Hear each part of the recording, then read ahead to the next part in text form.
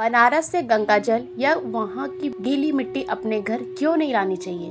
बनारस में गंगा जैसी पवित्र नदी बहती है और वहाँ स्वयं शिव जी का वास है, इसलिए बनारस एक बेहद ही पवित्र स्थान है। लेकिन इसके बावजूद भी बनारस से गंगा जल भरकर घर ले जाने और वहाँ की नदी के पास की गीली मिट्टी को ले जाने के लिए मना किया जाता है। आखिर ऐसा क्यों होता है, चलिए जानते हैं। नमस्कार दोस्तों, आशा करती हूँ आप सभी लोग स्वस्थ होंगे। दोस्तों, बनारस जिसे काशी और शिव की नगरी भी कहा जाता है, जो मोक्ष की नगरी भी मानते हैं, और यहाँ लोग आत्मा की शुद्धि के लिए आते हैं। बनारस से गंगा जल या गीली मिट्टी का लाना अशुभ प्रभाव डालता है, क्योंकि ऐसा करने से उन जीवों को मोक्ष से वंचित रखने का पाप लगता है। बनारस की मिट्टी और जल में भगवान शिव का वास माना जाता है, लेकिन क्या आप जानते हैं कि बनारस से गंगा जल या वहाँ की गीली मिट्टी अपने घर क्यों नहीं लानी चाहिए? आइए जानते हैं। दोस्तों, जैसा कि हम सभी जानते हैं कि बनारस वह स्थान है जिसे काशी भी कहते हैं, जिसे शिव की नगरी भी कहते हैं, जिसे मोक्ष की नगरी भी कहा जाता है। यहाँ गंगा जैसी पावक नदी बहती है और यहाँ लोग ज्ञान पाने, मोक्ष पाने और अपनी अंतर आत्मा को शुद्ध करने जाते हैं। पौराणिक कथाओं के अनुसार इस नगर की स्थापना स्वयं भगवान शिव ने की थी और यह दुनिया का एक प्राचीनतम शहर है।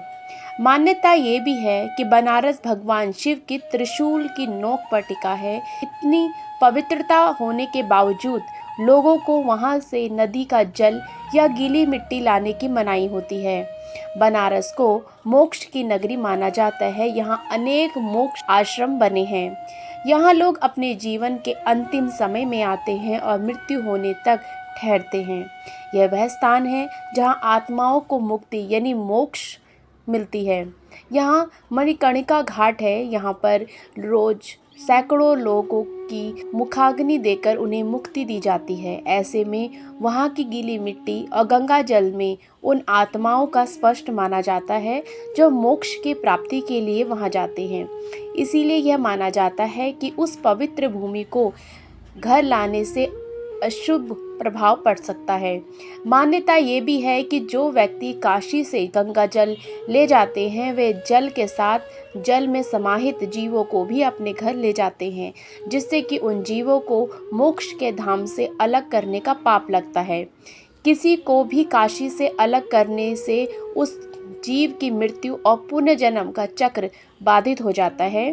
काशी के जीवों को उनके मोक्ष के इस अधिकार से वंचित करना महापाप माना जाता है।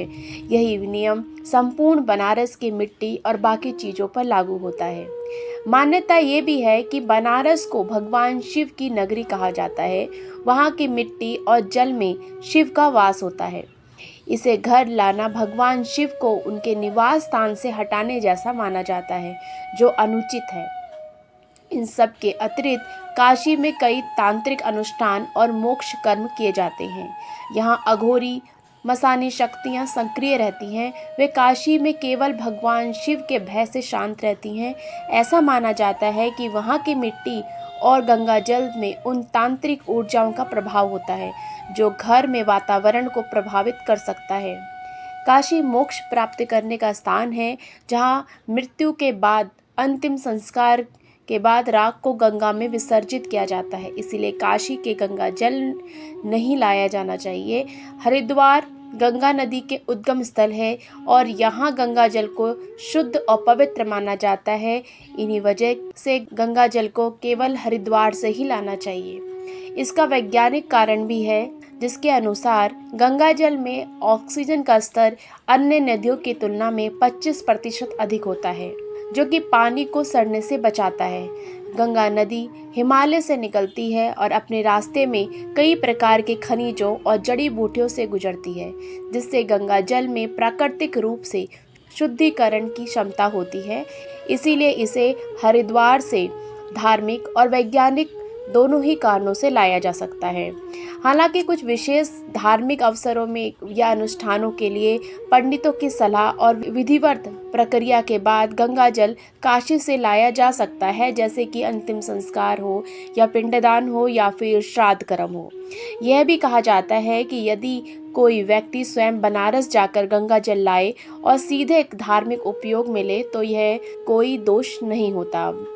बनारस की पवित्रता, धार्मिक महत्व और वहाँ की ऊर्जा को सम्मान देने के लिए यह परंपरा विकसित हुई है।